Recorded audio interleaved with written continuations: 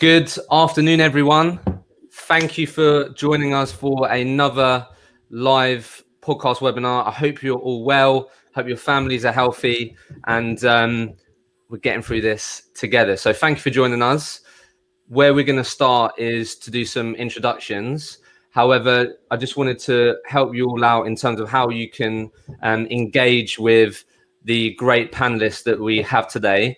So there's a few ways that we're going to do this today. So the first one is going to be using the Q&A section, which some of you are already using. So Joe Stacey is putting afternoon Hisham. If we can basically use that Q&A section for all of you guys to submit questions, then that's where you want to put your questions as we're going through this.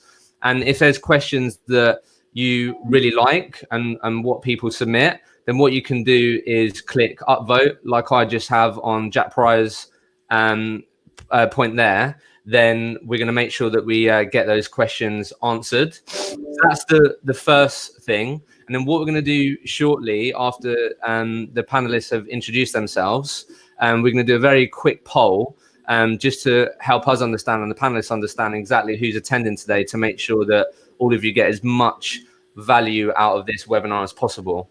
So if we start with introductions, Sandra, if you go first and let everyone know a bit about you, and then we can go on to Marius and Nick. Yep. Hi, everyone. I'm Sandra Patel-Stewart, CEO and founder of Transition Partners. I founded the business in 2011. We recruit permanent and contract across technology, digital and business transformation. UK-wide, we're based in Leeds. We've got 19 staff. And a couple of years ago, or just under 2 years ago, we set up operations in Germany, in Berlin, where we predominantly recruit tech. Amazing. Thank you, Sandra. Nick, if you go next. So I work for a company called McDonald & Company. My title is Partnership Director. And in the UK, we got 65 consultants and 120 around the world. Cool. And your sector is? Real estate and property. And you're perm recruits, aren't you? Predominantly perm, yeah. Predominantly perm. Cool. And last but not least, Marius. Yes. Hi, guys. This is Marius from SR2. It stands for Socially Responsible Recruitment. We're just over 2 years old, like an IT recruitment startup, recruit across the software development lifecycle, mainly UK, contract and perm. But similar to Sandra, we've also just started recruiting in Berlin as well. Okay, cool. And then I think just to add to the context of that, Marius, you manage a small team as well, don't you? Yeah, so 5 people. 5 people, and then Sandra, obviously you're one of the founders, so you're managing people in your business at the moment. Yeah. And then Nick, you haven't got the luxury of managing a team, have you? No, so I handed back on my team about 12 months ago. Yeah. I'm sort of sole responsible for new business. Cool. So what we're going to do now, guys, is I'm going to submit a very quick poll. And this is just going to help us understand exactly who's joining us today. So the first one, which all of you should appear for you now, which is how experienced are you? So if you could let us know exactly how experienced you are, and as we're doing that, I'm going to ask these guys some questions, and then this can help give them some context for when we're thinking about answers. But the first thing, let's just set the scene, guys. How have the last couple of days been? What's been going on in your worlds? Someone please do. I'm happy to kick off. Yeah, go on. So I'd say what I'm finding maybe over the last few days is that companies have almost, I guess, accepted the fact that like COVID-19 is here to stay for the foreseeable, and there does need to be a bit of a change in terms of how we do things. And there seems to be a lot of content on LinkedIn and a lot of content out there. So it's talking about remote hiring processes and onboarding, and I think clients are starting to kind of buy into that and accept that. So I'd say it kind of dropped off drastically, but I'd say now in terms of like adverts I'm seeing and clients I'm speaking to, albeit it's still quiet, I think the market is improving, albeit like a small amount. Yes, I think I've definitely found people moving into the sort of acceptance mindset, whereas a couple of weeks ago it was very much watching the news, what's going on, how things are going to change, etc. How have you guys found it, Sandra and Nick? Yeah, we certainly over the last kind of 3 or 4 days actually found that things are starting to settle down, and the conversations that I've been having with clients and candidates are more, everyone's kind of got into their routines, and it's more like you say, that acceptance stage now. Yeah. We've had, like most businesses, we've probably had about 85% of our work drop off. But we've been quite lucky with a couple of clients that have kind of kept us moving, really. And so we've actually, last 3 or 4 days, I think we've closed about 3 or 4 offers, which amazing. is great. Yeah, I'm certainly finding that things are starting to settle down a little bit, albeit who knows what's going to happen in the next few weeks. Nick, anything to add, or has it been similar? Very similar. With this week, the honeymoon period is over, I think, for us and everyone at home. So there is definitely a period where we're getting used to it, getting back into their routine. So hopefully some of those decisions are going to move forward to recruitment pretty soon. But we've been surprised there are still pockets of activity. So just like Sandra said, we had a massive sort of pause of activity, immediately a shock reaction. But what happens in the next 2, 3, 4 weeks is going to be really interesting. Okay, cool. So just to give you guys context, so 39 people with us today have got over 5 years experience, 3 to 5 years experience, 13, and then the rest of the people fall into the sort of 1 year to 5 year category. So the final poll, guys, which is just going to really help us with this, is it's just going to be really worth us knowing if you're currently on furlough or working. I think that's going to be really useful for us to know when we're talking about how these guys are adapting. Obviously, Marius, Sandra, and Nick are very much still working. But I've just opened up that poll, and it'd be great for all of you to know. I mean, the majority of people that have responded already, I mean, pretty much everyone with us today, guys, are still working. They are in the trenches, right? And this is why I wanted you guys on, because you guys are still very much in the trenches, having to rise to the occasion and weather this storm. So I guess just for everyone's benefit, I know you just touched on it a bit there, but like how much percentage-wise, what are we talking in terms of live jobs being dropped? So like what are you got? What are the current opportunities for you guys to set the scene for everyone? What does that currently look like? So Sandra, what did you say? We've probably had about 85 to 90% drop off. Yeah, okay. Is that? I know Nick, we were talking before. It was about 80% for you in terms of live immediately jobs. 80%. Immediately, yeah, within cool. days. Yeah, and then thankfully over the past 2 weeks that we've seen then several of those clients move from being on some freeze to moving forward. Yeah. Okay. Cool. Marius, what about you? Obviously, contract recruiter. So obviously, in terms of new opportunities, new projects. Yeah, I mean, I would say there hasn't been a lot of stuff that's been like pulled, but I'd say like in terms of actual maybe like our bigger clients that were giving us lots and lots of jobs and were very active before, there's a few of those that have just like completely stopped. Okay. Yeah. Okay, cool. So look, the first question I want to ask before we go into the audience's questions, that some of the ones that people submitted, is what have you guys found most challenging so far? What has been really difficult for you so far in the last couple of weeks since this has been going on? For us personally, or as a business and the team? Either or, I don't mind. Okay. So I've got 2. Okay, go on. First of all is I'm a mum of, I've got a 4.5-year-old, and my husband runs and owns a recruitment business as well. Wow. Luckily, he's in the healthcare industry, so he's been pretty busy. But the problem that we've had and where I've struggled is for us both managing working at the same time and keeping our son entertained. For the first 2-3 days we were literally at loggerheads. Like I thought I was going to really. What's been like? What's really helped through that? What really helped us through that is we put a schedule together, getting ourselves organised. We literally have 2-3 hour blocks throughout the day where one of us will be working and one will be looking after my son. And then I'm having to do more in the evenings, but I don't really mind. I've done that quite a bit in the past, and to be fair, let's face it, we haven't really got anything to do at the moment. Okay, cool. And what's been the second challenge? The second, I would say, is which I think we've done a lot of good stuff around this, and I'm happy to talk about this in more detail later on. Is motivating the people. And I think going back to one of your questions around business development, I think encouraging and supporting and motivating the people is anyone's like key to business development right now. Okay, cool. So we'll definitely dive into that, but definitely been a challenge to making sure that your guys are motivated, up for it. Okay, cool. What about you, Nick? What's been the most challenging for you so far? So personally, like Sandra, dealing with children at home and sharing an office with your wife. What does your wife do? She in recruitment? Financial services. Okay.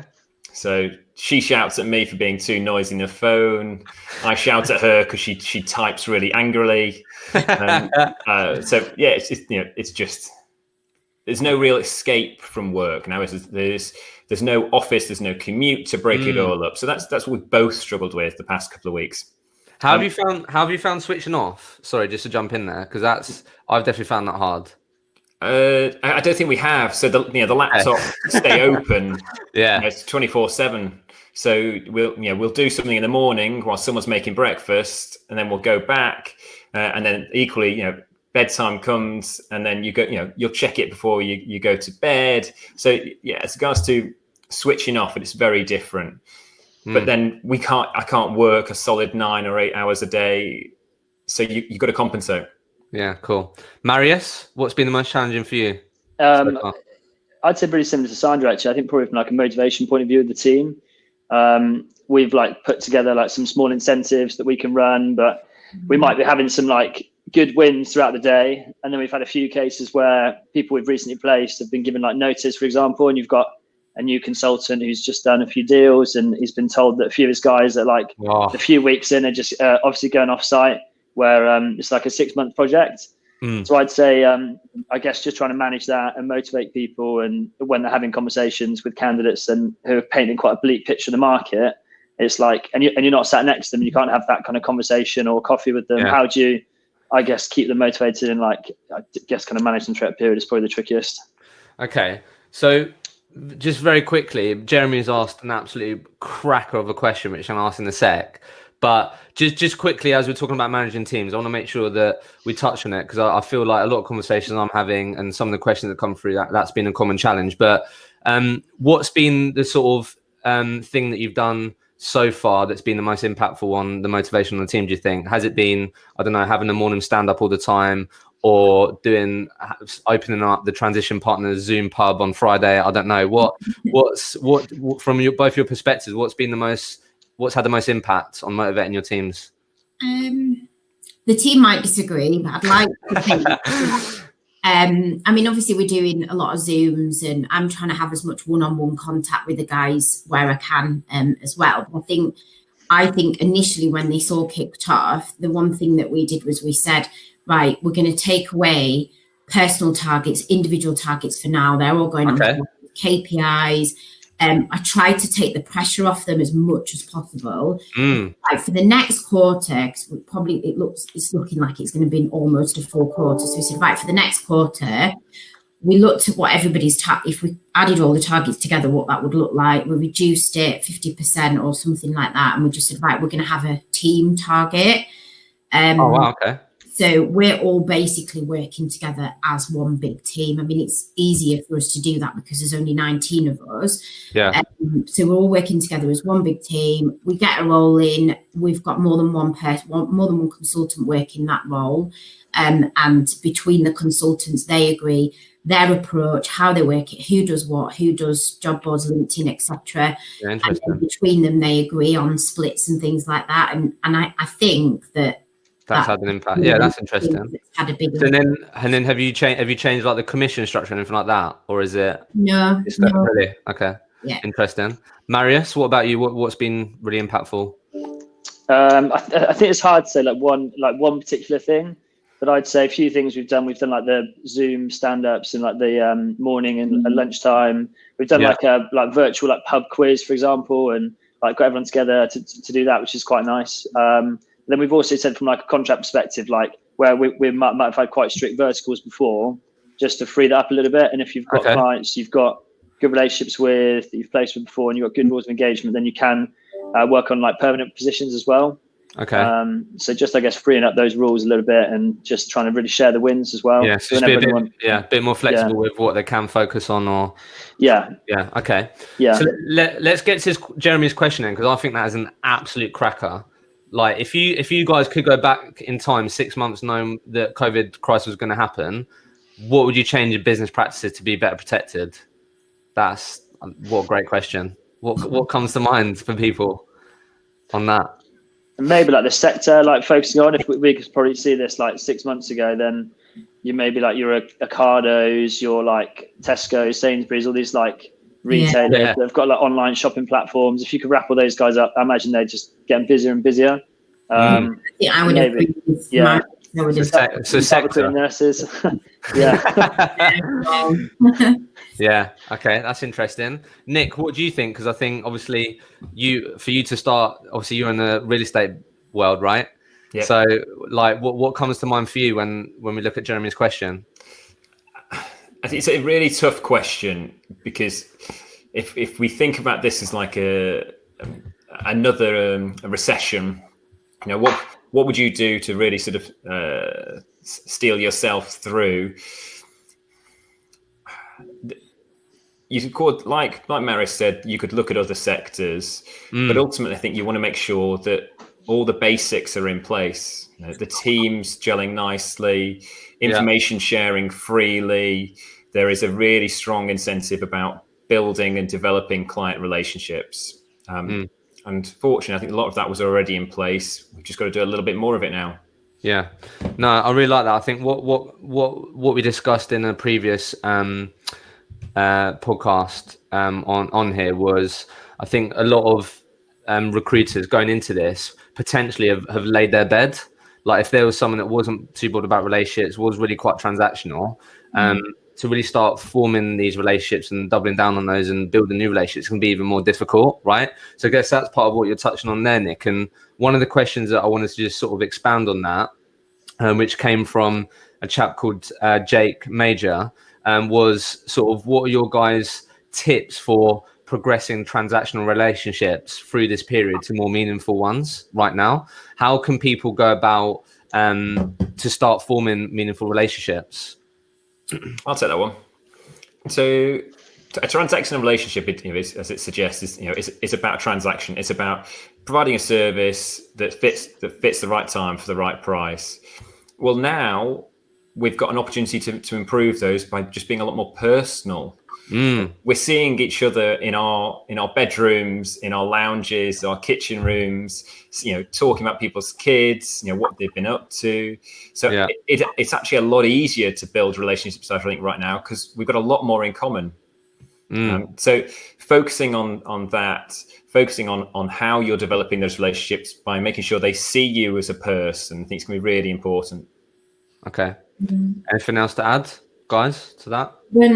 One of the things that that I've been doing, and some of our guys have been doing that face out to clients, is offering different services. Okay. So I guess some of it's not different services, in that offering just letting our network know and our clients and candidates know that we are out here, we're here to support, we're here to help everyone, we're all in the same boat. So we've put together, I've been sending out, as a CEO, I've been sending out to all our clients, anyone that we've ever had terms in place with. I've been sending out a newsletter and an email offering, just reminding them what services that we can offer, but also offering things like, I've been offering training and free webinars to internal recruitment teams. Awesome. We've been offering CV MOTs and like branding for LinkedIn, because we do a lot online. We do a lot around podcasts and videos, and ensuring that all our LinkedIn posts and things are in brand. Yeah. So we've been offering help candidates, clients rebrand and rework their LinkedIn profiles, outplacement opportunities, helping with furloughed teams. I spoke to a client yesterday actually for about half an hour, and that was a client who initially didn't put their recruitment on hold, but they're a consultancy. So fortunately, over the last week or two, they've realised that they've got people on the bench now, so they've had to put recruitment on hold. And when I spoke to him about the newsletter, and then I followed up with an email and sent him the newsletter, he said, actually, that some of that might come in useful. And he said, some of our business dev guys might benefit from a bit of training and a bit of support from that point of view. So it's just, I guess it's just getting that out there and getting the support out there and the personal element out there, building and cementing those relationships. So our clients, candidates, senior candidates, they know that in 2-3 months' time, when things change and we're all back, we're at, back to full steam ahead, that they'll remember what you did for them and what you tried to do for them. And I think that's important. Like, I think that's a key for business development right now. So some of your services haven't been more on services to monetize, but more to pay it forward, give real value, which we're playing the long game here, right? We've even said, like, if a client has a role that's not within our sector, that we've got the staff, we've got the capacity and capability to deliver, and we'll do it at a highly reduced fee. Okay, interesting. Like a payroll or finance, HR, any office admin type position, just to help them out. Okay. Everyone needs help right now, don't they? So it's about creating that kind of community and support where we can. Nick, Maris, have you, I don't know, over the last couple of weeks or so, we've seen opportunities to deliver value, if that's for a service or not a service? Have you guys done anything that, is a slightly different approach in terms of services that you can offer for clients and candidates that's helped? I'd say one is like quite specific to consultancies. We support consultancies, like obviously when they win the work, but sometimes when they're actually like putting together teams for bids and almost providing like a bit of a virtual bench. Okay. And consultancies that are a bit smaller that might want to bid for large pieces of work in like the public sector, they might not have the capacity to like provide the team up front. So we can basically put together like a mock team, if you like, and they can then present that to the client. And if the client's comfortable with that, they might say, I'm happy to give you the work. And at that point, we can obviously help them fill the roles. So that's something we've done for a while, but quite like a nice value add. And if they feel that people, the bench maybe is not as strong as it usually is, we can give them that opportunity. What about you, Nick? Have you seen any opportunities?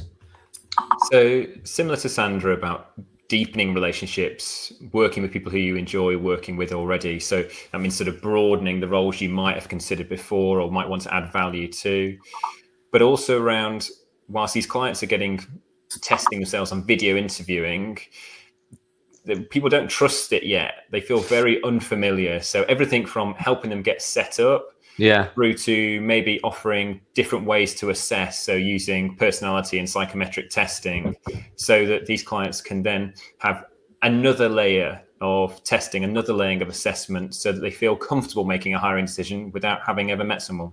Yeah, wow, that's really interesting. So I guess what I'd love to sort of segue this into, because I think this ties quite nicely into it, is one of the most popular questions that people submit is definitely around business development. So I guess like one of the questions that was put through by Nathaniel Smith, which was, what methods of business development do people feel is best suited to the current situation? I guess some of the things that you're touching on, Sandra, which I've been speaking to about that's been effective, is leading with, hey, Mr. or Mrs. Client, we're running this webinar or doing this. We've been speaking to a lot of people that have similar challenges. I'd like to think you'd find it useful. How open would you be to getting involved or whatever? That would enable you to have some good business development activity. But how are you guys approaching it, and what are you finding that's working or helping? So we used to, before COVID-19, we used to do a lot of meetups, doing about 25 to 30 a year. Okay. We had, I think, probably about 3 or 4 booked in that we had to cancel. Yeah. And so in the last week or two, we've started setting them up so that we can run them virtually. And same with regards to, we've set up myself and Ellie Greeny, one of the other directors. She'd been running a WIT podcast, which I think you helped us with, didn't you? Yeah. Going on that. And so we'd set up a leadership podcast for C-level stakeholders. And so we decided to just keep running with that as well. We just thought, well, I know we can't do it face to face, but why does it have to stop? So how's that helped? 2 avenues, and that's really helped. I mean, I reached out to a CIO of quite a decent sized technology business the other week, and we've got booked in a couple of weeks another consultancy that we've been trying to make inroads with for some time. We're doing a podcast with them, with like one of the owners next week. Okay. So that's working. And what we've said to our guys is, and what I said actually only today on a Zoom meeting with our guys is, I said, look, we'll put the email together. We'll give you all the information and the branding. Or literally all you need to do is put the target list of companies together, approach the C-level, the guys at the top, book the podcasting, we'll do the rest. We get business out of that further down the line. That's your client and that's your BD. Awesome. Smart. Marius, what are you doing? What are you finding that's working? So I'd say, again, similar to Sandra, we run like a Leaders in Tech meetup in Bristol and London, and that historically has been really helpful in terms of like building relationships with key stakeholders, having like a different reason to approach them. But I'd say now, I think for me, it's just about trying to be like quite smart with the way that you approach business development. So I do quite a lot of stuff in the public sector, and there's like all information available online that basically outlines all of the spend in the sector. So you can actually look at all of the companies that have won work recently, what they've won, the kind of teams they're going to need to build. That's all publicly available. So then the companies you're calling, you're fully aware that they've got to recruit X, Y, and Z, and you're speaking to people that, regardless of COVID-19 or not, they've committed to delivering certain things. So I guess it's almost like less is more, and just trying to target the business development on clients that you know are going to be busy in the climate, regardless of everything else that's going on. Smart. Yeah. And the only really smart. The only other thing I say is trying to be a bit more like recruitment consultant, be quite consultative. So instead of thinking quite narrow-minded and just like about a single job, you want to be trying to think about the business as a whole and think you're speaking to a CTO. If he's furloughed his team, if he's got deliverables, well, what's he committed to? Just trying to think of the business as more of a whole picture and understand the company's problems. And then based on that, you might be able to identify opportunities that are not actual job roles. You might be able to sell contractors and everything else. So I think just trying to think a bit of like more commercially with it all. Yeah, smart. Nick, what about you? Because obviously you're in a position which is completely focused on developing relationships, business development. So what are you finding that's working for you, Nick, besides staying in touch with existing clients and these types of things? Well, you say apart from, that's it. There's no real secret to it. The key of which people will be really, and there will be people who will be successful throughout this, and they'll be strong on the other side. Is the people who build the really, really strong relationships with those clients and candidates. So to answer your question, I think sort of what we explain to people who haven't been through tough times before, who've only been recruiting maybe the last 2 or 3 years, is you need to change your mindset about what you're looking to get out of this. Forget the idea of making 5 telephone calls and on the third one I'll pick up a job. Right now, your target is to speak to as many people as possible. Learn as much from every call you can. Forget about if you think they're a client or a candidate. You want to find out market information, what's happening in their organization. Are they contracting? Are they growing? What areas are improving? And then keep building this up and keep talking to colleagues to share this information. And the freer that information flows, the much easier it is then to develop that client base. So change the expectations of what a successful business development call looks like is going to be really key to helping. I think that's obviously what you was touching on as well, Marius, isn't it? In terms of just being more commercially minded and absolutely. Yeah. So I'm gonna so sorry if I pronounce your name wrong, Tanuja. Apologies if that's wrong, but really interesting question there. I think it's safe to say that businesses that you have been speaking to have been reducing costs, etc. So the question it'd be good to get your thoughts on is, with reduced numbers of active jobs, roles getting on hold, the role of an agency recruiter is going to become more challenging. Obviously, companies tending to cut on costs and count on internal recruiters. What are you guys doing to try and ensure, I guess, that sort of your service and what you do remains really valuable? So what do you think about that? Personally, I think sort of an internal recruiter is their role is getting tougher as businesses sort of bring down the volume of hiring. I think they're in more risk of being on furlough, because suddenly it's easier just to use a consultant to support you on a much smaller number. There's a lot less farming that's needed by an internal recruiter. So I think keep really close to all your relationships, whether they are internal recruitment, HR, line managers, C-suite, whatever it may well be. And I think that will hold you in really good stead. Interesting. Anything to add to that, guys? I mean, I'd say maybe look at the clients that you've had like good relationships with historically, and if they are maybe smaller companies that are struggling with cash flow, for example, and they're like asking you to reduce fees, I think you just want to try and be pragmatic. And if the good rules of engagement are there, and if you know they're going to pay in the long run, and they've maybe got a history of you working together, then I think it's definitely worth exploring creative solutions. And maybe that's an opportunity to have a conversation, a segue into more exclusivity and everything else. Good rules of engagement. You said that a couple of times. What do you mean by that? So I'd say for me, like, I think now is a time to maybe worry about like the volume of jobs you have a bit less, and more about like kind of the quality of the jobs. Yeah. I mean, if you've got 10 jobs that with a big PSL and you're dealing with a portal and you haven't really got much opportunity to speak to line managers, it's obviously your percentages of filling the role quite low. Whereas if you've got a client you place a number of people with, and you understand the business and you have direct contact with managers, for me, I'd rather have maybe 1 or 2 of those jobs than 10, 15 jobs that are just sat in the portal. So I think maybe identifying the clients where you've got good hit rates, good ratios, and then spending more time with those. Nice. Okay. I agree, and I think there's probably a couple of different options that you could look at. I mean, one actually that you touched on earlier, Hisham, is around payment. Consider, like Mary said, have a conversation, pick up the conversation with them. But there's different options, things that you can discuss, like potential payment plans. You could ask them to commit and agree to SLAs for reduction in fees. So if you are having to reduce the fees, I would just, kind of remember that we're all in the same boat here. We're all trying to survive. So, try and come up with a compromise that's fair, because doing that now will stand you in good stead longer term, and you'll be remembered for that. When things pick up and there's volume recruitment there, you're more likely to get that on an exclusive basis.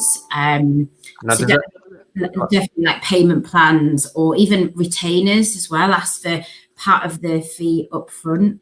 And so you'll reduce the fee if you can have, say, 25% on engagement and split it into chunks throughout the process. Sure.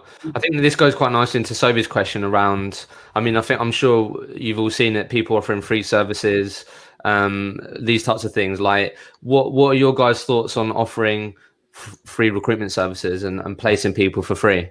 What do you think about that?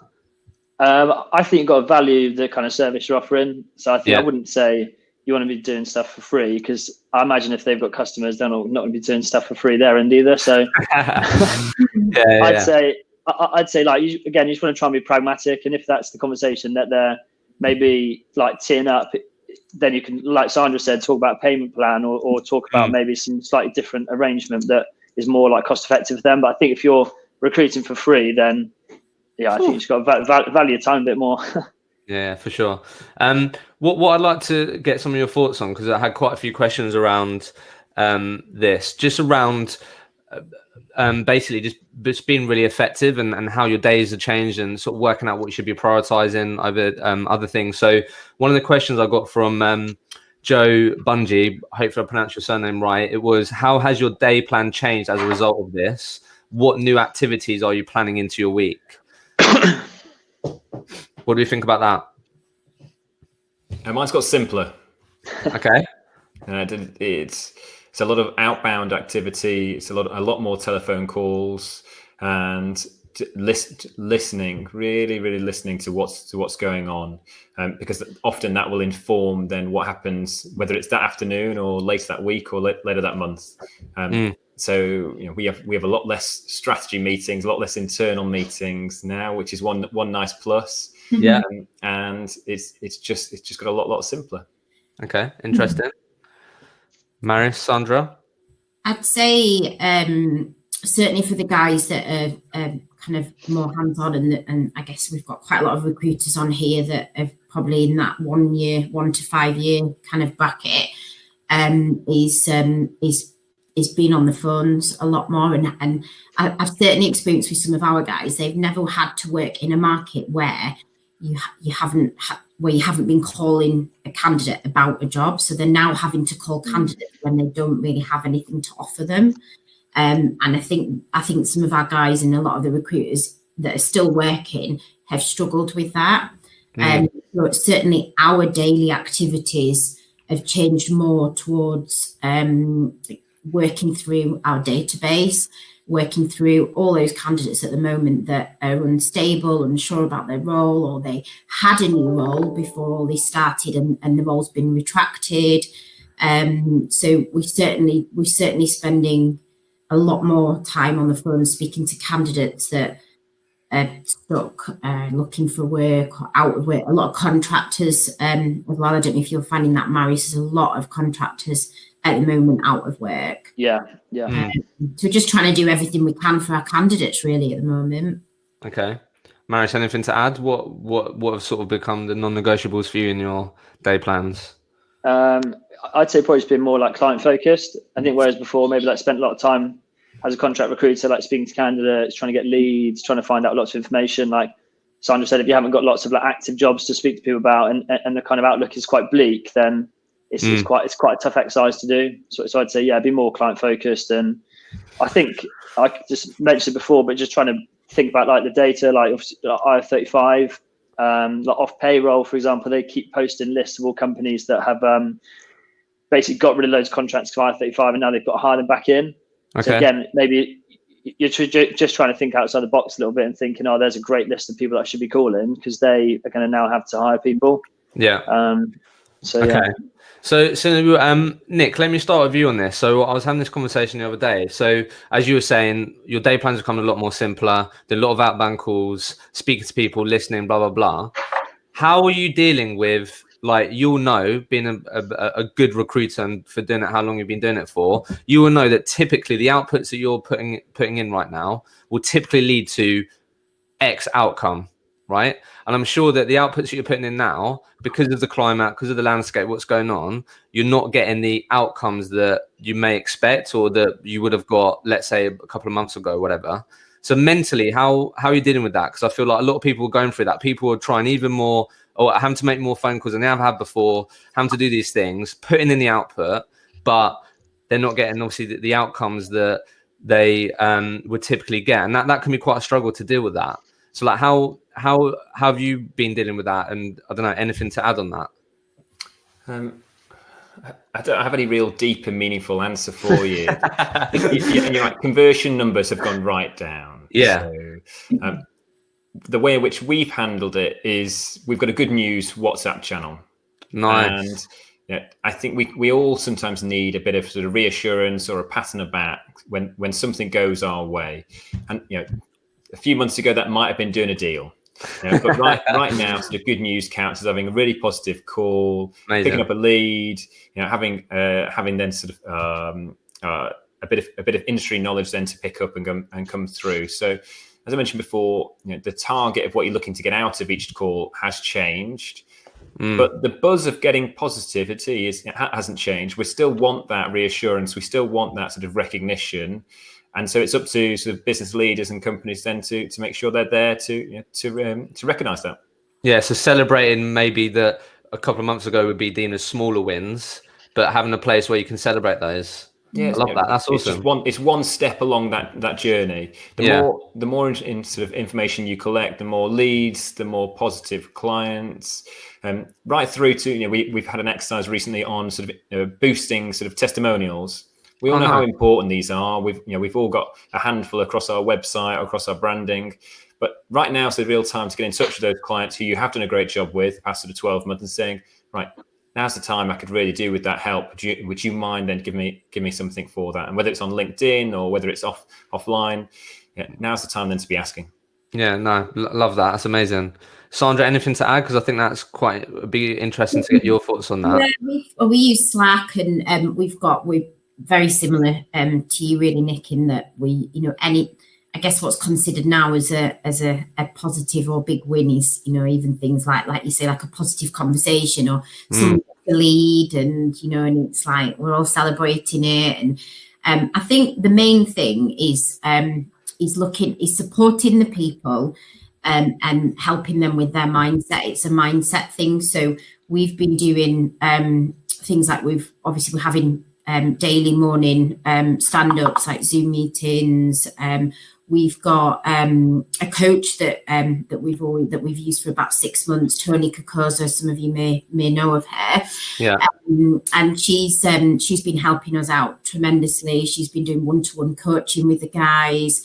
I've been contacting some really decent, like there's a lot of trainers out there that are offering free training. Yeah. And our guys are absolutely loving that. And it's just, I think ensuring that the people are happy then breathes and that mindset and keeps them motivated and keeps them cracking on and hammering the phones as much as they can. And even simple things like yesterday, the sun's been out all week, hasn't it? And yesterday, they were all chatting on Slack about the sunshine at lunchtime. And I said, you know what? I said, guys, crack on solidly for 2 hours, focus, and you can all finish at 4 and go and enjoy the sunshine. Yeah. And I just think things like that, no matter how many knockbacks you get, I touch wood, I feel like our guys, our team, the team, we're all really, really pulling together and overcoming those obstacles as best we can, and we're doing it together. I like that. Do you think your business has got closer? Yeah, 100%, definitely. Yeah, that's interesting, right? Yeah, internally and external. Yeah, and it's interesting that. True for a lot of businesses at the moment. I think there's going to be a lot of positives actually that come out of this. Moving forwards, I think a lot more businesses will be open-minded to home working and flexibility, and will be more trustworthy as well. I think there'll be a lot of positive changes that come out of this. What do we think will be some of the I had a question for you from Ryan Jasewell. Apologies if I pronounced that surname wrong, but like, what do you think just on that, like coming out of this, the other side of this, what do we think some of the challenges will be for recruiters when we're sort of bouncing back into the market? Probably not to get complacent. We've been forced into this situation. No one's chosen this situation, so we're all adapting because of that. And what we don't want to do is go back to some old habits. So if you were a junior recruiter whereby some of your relationships were quite shallow, you're spending the next few months, maybe longer, about trying to develop those. Don't forget that when we are opening offices back, when we are going back to what we think was, what used to be considered normal, make sure you continue that attitude of just treating just how important these relationships are and building on those. I like that. That's really, don't get complacent. Marius, anything to add? What do you think will be some of the challenges bouncing back out of this? I'd say, I think don't get complacent is a really good one. Maybe on a more like personal level, if people haven't been left outside the house for like 3 months and then they've got to come back into recruitment, maybe work's not to be the number one priority. I don't know. That's fair enough. So just a quick one. I think just to build on, I think Marius and Sandra were saying about definitely noticing a lot more candidates out of work, these types of things. So one of the questions that Ashley Davis submitted, which was, how are you approaching conversation with candidates that are wanting something immediate, but the opportunities that are live aren't suitable for them? I'm sure you might be having a lot of these conversations where a lot of these candidates, you can't help them. So like, I don't know, how are you managing that? Because I'm sure there's a lot more of that going on than usual. I mean, I've been having conversations with candidates directly. I mean, I don't always get involved at that level anymore, although I do always try and lead from the front, so I'm still quite hands-on. And the conversations I've been having, I've just been really open and honest. Yeah. And I've been really, really open and honest about what we're experiencing, the drop-off rate of roles, which of our clients are still hiring, but unfortunately there's a limited and reduced number of roles available. And what I said to them is, whether it's been a conversation over LinkedIn, I've said, look, I'm more than happy to speak to you and have a conversation with you to see if I can help you in any way, shape or form. Or if I'm on the phone to them, I've been saying, I'm more than happy to help you with your CV, see if there's anything I can do with your CV, LinkedIn profile. Why don't you write a post, or I can write a post for you? if we do a quick interview now, and then I'll put a post together that sells you and your experience and what you've done, and I'll post it to my network, I'll get all my colleagues to share it. So a lot of our guys have been doing the same with candidates. We've been sharing profiles of looking for work and out of work. We've offered to speak to our contacts and networks just to see if there's anything that they can help them with. And obviously, there could be some free placements that slip through there, but at the end of the day, I'd rather do what we can do to support those guys that, we've all got families, we've all got other mouths to feed and families to support, and we all need to survive. Yeah. And so I think it's about creating that community feel, helping each other. And do you know, I spoke to a BA contractor in Milton Keynes the other day, and I'll be honest, I've got no chance in hell of finding her a role and placing her. But I spoke to her for like 15 minutes. She's on her own as well, living on her own, and she just really appreciated having a chat with me. Yeah. And I just said, look, I'm happy to do a post for you. And she said, you know what, I'm going to write my own, but will you look at it before I post it? So I had a look at it, changed it around a bit for her. She posted it, and then she sent me the link, and I shared it to my network. It's just being and open and doing what you can, I guess. That's all we can do. Marius, anything to add to that, or have you been sort of having similar conversations? Yeah, I think similar conversations. I think candidates are a bit more open to, when you're speaking to them about certain positions, maybe like spending a bit more time like tailoring their CV and like writing cover sheets, and maybe doing a bit of coaching around making them like just maximizing opportunities to gauge role. And I think also maybe like pointing them in the direction of companies that you're not maybe engaged with, you're not on the PSL, but they are hiring. So obviously that will come back around if you can help them. And again, so even though those people that you can't necessarily help in the short term, just trying to do your part, because that will be remembered, is a good way. What about I mean, Louise Gilmore's question, and also Tanuja's, maybe Nick, you can add some of this, what you've been hearing from your guys internally, but what about on the perm side? I feel like that could be more difficult, right? That there will be a lot of people that will be very cautious and uncertain about moving jobs in this time. Should people on a permanent basis be moving right now? Like, how are you approaching that? Because I feel like a lot of people will think or assume that they don't want to move, or it's not the right thing to do. Like, how are you navigating through that? Because I'm sure that can be a real challenge for a lot of people right now on the perm side. Sorry, go on, Nick. I tend to find that candidates are more bullish than employers. So I think the majority of candidates who I speak to are less concerned about that. They still feel this is a very short-term dip. And so the problems they might have been facing, or the difficulties they might have been facing in their current role, probably still exist. They might have gone on hold, but they don't feel that they're learning, or they don't feel they're developing, or they don't feel they're paid correctly. Whatever it may well be, they still exist. So having those honest conversations with them about really getting to the bottom of what they want to change, I think still holds true. As to how long it'll take for you to sort of to make a change for them, no one knows that right now, do they? Yeah. But I would encourage them to embrace the situation and go along to a handful of video interviews. It's never been easier to go to an interview right now and learn what else might be out there, and open up your eyes to how other organizations sort of ticks and how they might be handling certain situations. And it can only be a positive process, that.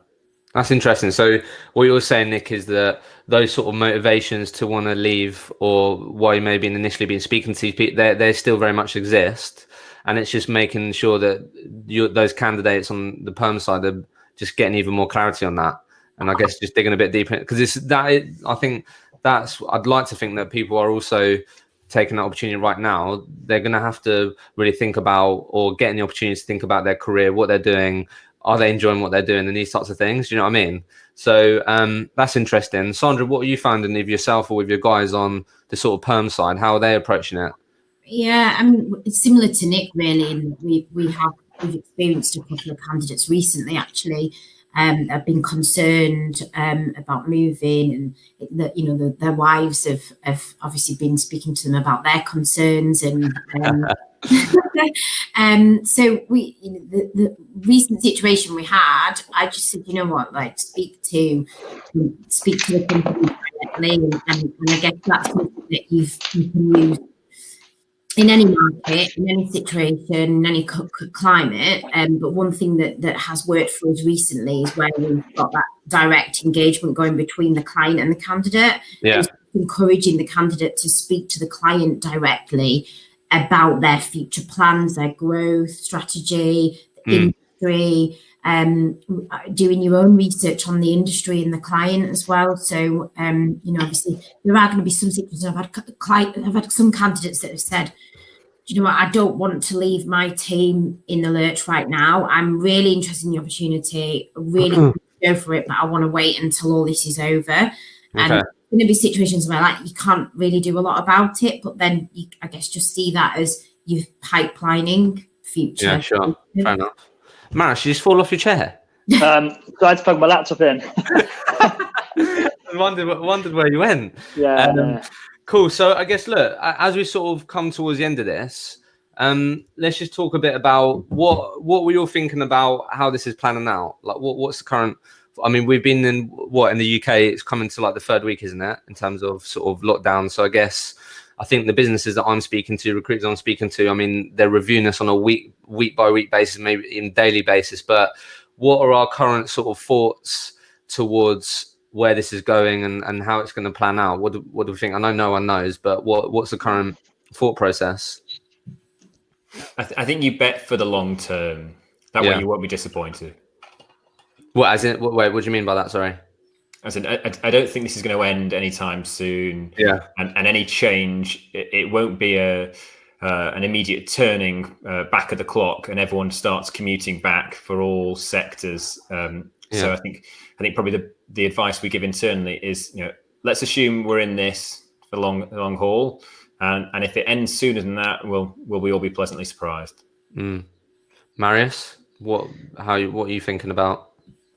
It's hard to say, isn't it? I think if reading the news, it's pretty depressing, really. And you hear so many mixed views in terms of when the lockdown's going to end and when it's all going to come back to normal.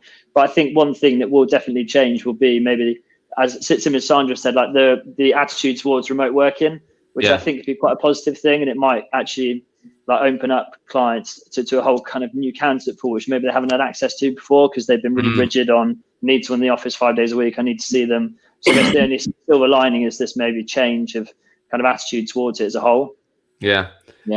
Sandra? Actually might make hiring for some businesses quicker and processes quicker moving forward. We've had a number of clients recently, one client recently, and they're onboarding 2 members of staff in April. They've offered, and they're starting this month. So it'd be nice that if we can have a bit more of that moving forward. I think so. Out of you guys, I think it's interesting, right? Because I think there would have been a lot of people that would have been so anti work from home. Yeah. But obviously going into this, there's no other option. So like Maris, for you, for example, before this, if I was to say, do you prefer work from home or in the office? What would you say? Definitely the office. Yeah. So I think that's what's that? I definitely prefer the office. It's just nice. I love going in and seeing my team, and they just open me up if I'm in a shit mood before I get there. Yeah, I've done a school run, and trying to get out the door with kids. It's just great seeing everyone and the banter that you get in the office. But we've always been really open to home working. Before we implemented 4-day working week kind of last year, but before we implemented that, we allowed up to 1 day a week home working. So we've always been open to it anyway. But I think majority of people prefer being in the office. Nick, office or home? I've always had a balance. So I used to spend at least 1 day a week from work, at home, and I think I look forward to rebalancing that. So as we sort of finish this, where do we think the sort of pockets of opportunities are from what you're seeing, and maybe specific to your sector or whatever? But what on a sort of positive note, where do we think some of the opportunities are that you're seeing? Obviously, Sandra, you just said there that one of your clients is on board in 2 people in April. That's amazing. But where the sort of pockets of opportunity do we think, or the things that you're seeing and picking up on? I'd go after tech within the healthcare industry. Yeah, of course. Yeah. If you're in tech and IT, and I'd also look at. Would you do that if you've never done that before? Like, would you literally try and, or I don't know. We're not specific to sector really, so yeah, fair enough. Most technology recruitment businesses aren't. So yeah, you can. And also remote companies that already, particularly tech businesses that already operated remotely, because obviously they were already onboarding remotely and doing reviews and management meetings, etc. remotely. So there'll be no difference for those guys. Marius, where are the sort of pockets of opportunity that you've seen? Obviously, I think the public sector's helped, right? Yeah. I mean, I'd say it's a mixed bag. Like, I guess at HMRC, for example, they've obviously got all these different furloughs and all of these companies are expecting payment from them. If you can help people build the furlough portal, that'd be absolutely. So I think it's just trying to think about stuff like that, and e-learning companies like Zoom, obviously your online retailers like supermarkets, that type of stuff. Nick, you're in real estate. Well, I'd love to know how many marketing calls Zoom got the last 2 weeks. Oh, Jesus Christ. Did you see, has everyone seen the impacts and what their stock's been worth or what the shares, have you seen that? That graph's crazy. It's in terms of over the last month or so, the amount that business is worth now, or it's increased, it's crazy. Yeah. But Nick, what pockets of opportunity have you sort of identified or seen? So I think probably anything I would say would be a bit too real estate, a bit too sector focused. But the one thing I think a lot of our consultants have realized is how open people are and willing to help. And actually, I think that's always been the case. We just haven't always asked for their help. So right now, when you're working on maybe fewer jobs, make sure you enlist the help of every client you've ever had, every candidate you've ever spoken to help you fill those jobs by just simply asking them, this is what I've got. Do you know anyone? Who was the best person you've dealt with? And I think that will open up more doors for you there as well, because those clients will perceive you then as not only being busier than they expected, but then valuing their opinion, and they'll want to come back and they'll want more of that. Awesome. Yeah. So Conor Kennedy just asked a question before we finish. So he's looking to come into the recruitment industry. Should he be trying to get into the industry right now or wait? I'd say if you can find a company that's that's hiring people, I'd say join now, because if you can if you can make it now and do deals in this climate, then when everything goes back to normal, you'll be flying. So it could be a good time, arguably. And if you join now, you won't be one of those consultants that becomes complacent, or if you can crack it now, you'll be very, very successful. Yeah, I think this came up in one of the last ones when someone sort of asked this, and I sort of made this sort of just throwaway comment of, you haven't been sort of dealt the best cards because they've been in obviously recruitment for a really short period and this has gone on, but one of the panelists really pushed back and said, well, actually, this is probably the best time that you could sort of earn your stripes and be in recruitment, because the sort of activities, habits that you put into place now and cultivate will help you throughout the rest of your career. I think there's been loads of successful recruitment businesses born out of the 2008 recession and challenging times like that. So Conor, go for it, I think is what we're saying, ain't we? Give it a go. So look, as we come to the end here, just want to say a huge thanks to Marius, Sandra, Nick. Been very open, been very honest. Thank you for sharing. Hopefully all of you guys enjoyed that, got value out of it. So thank you so much for joining us. We'll be doing these obviously on a weekly basis. So if you enjoyed this is going to be here again next Wednesday. But just a huge thank you. So thanks again, Marius, Sandra, and Nick. Thanks for doing it. Thanks for having us. You're welcome. Right, I'm going to end this now.